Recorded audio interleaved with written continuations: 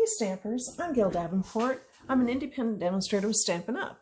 Today this is the card we're going to make, and it's from the Snowman season and from, I forgot the name, Silent Scenes. So let's get started and I'll give you the measurements.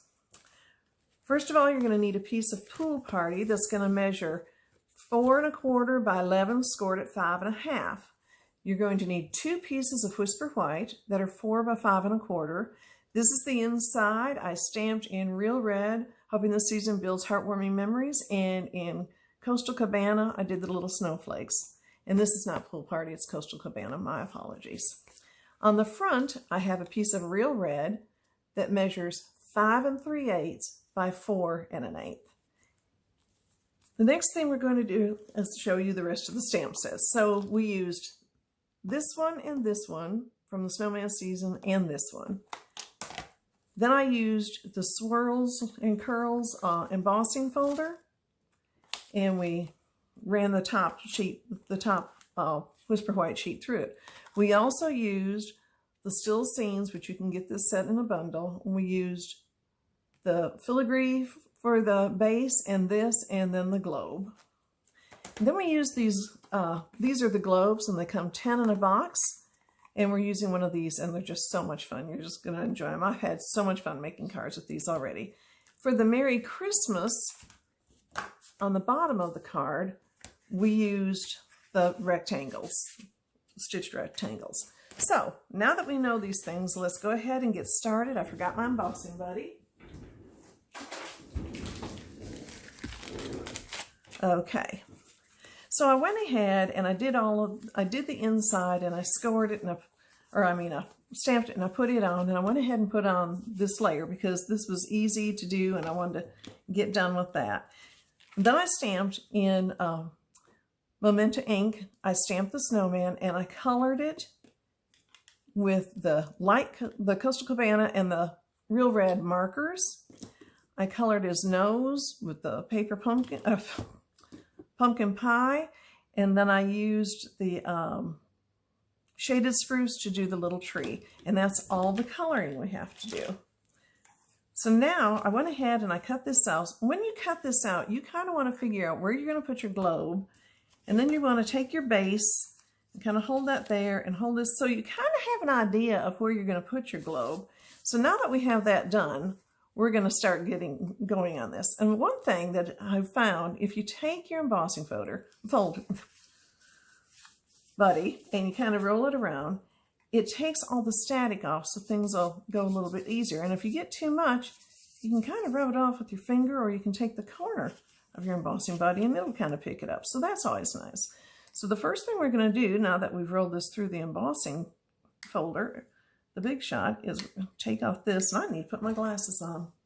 That would help immensely. Okay, so we peel this off, and then we're going to put this on. And I kind of like to start at the bottom because that's where to me, it seems to be the hardest. So I'm going to put it down and edge that around, and then I'm going to give it a good press all the way around because we want to make sure it sticks. And the other thing about using the embossing buddy, you don't have the static electricity, so whatever you fill it with works really, really well.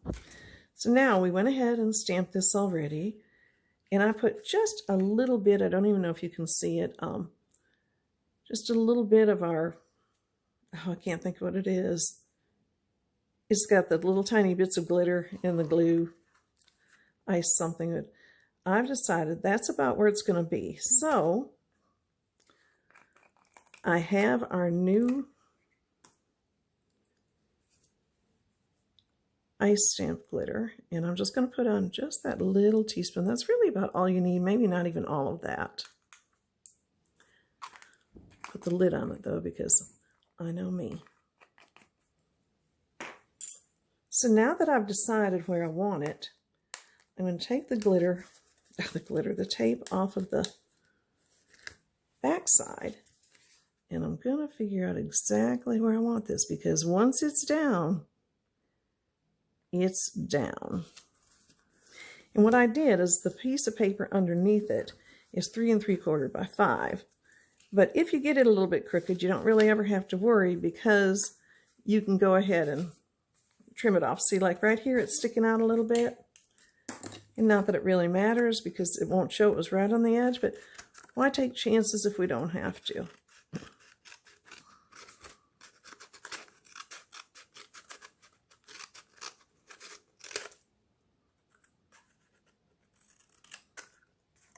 Okay, and nobody's going to see that because we're going to adhere it.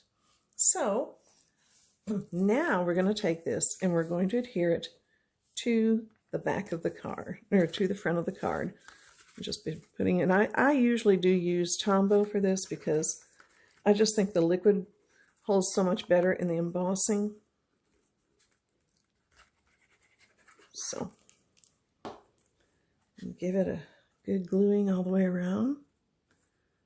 And again, you want just barely a little border. So, and the sweet thing about the Tombow is it does give you a little bit of moving room. Well, moved a little bit more than I meant to.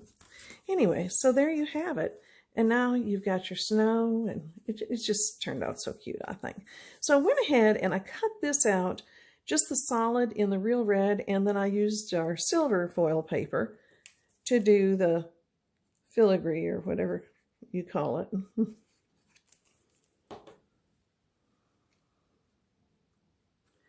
And I got it up just as close and tight under that globe as I could. And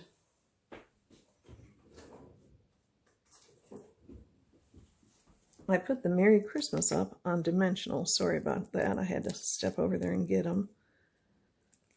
This one doesn't want to come off. Okay, we'll leave him for another time.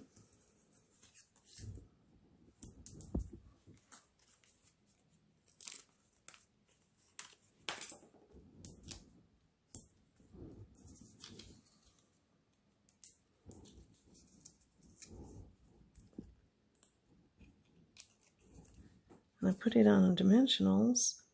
I'm just going to put it down here, and there you have it. It was not nearly as difficult as I look.